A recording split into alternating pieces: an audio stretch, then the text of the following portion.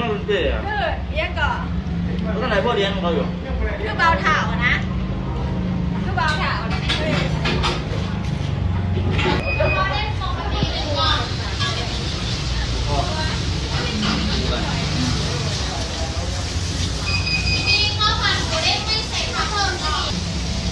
ดี ก่อน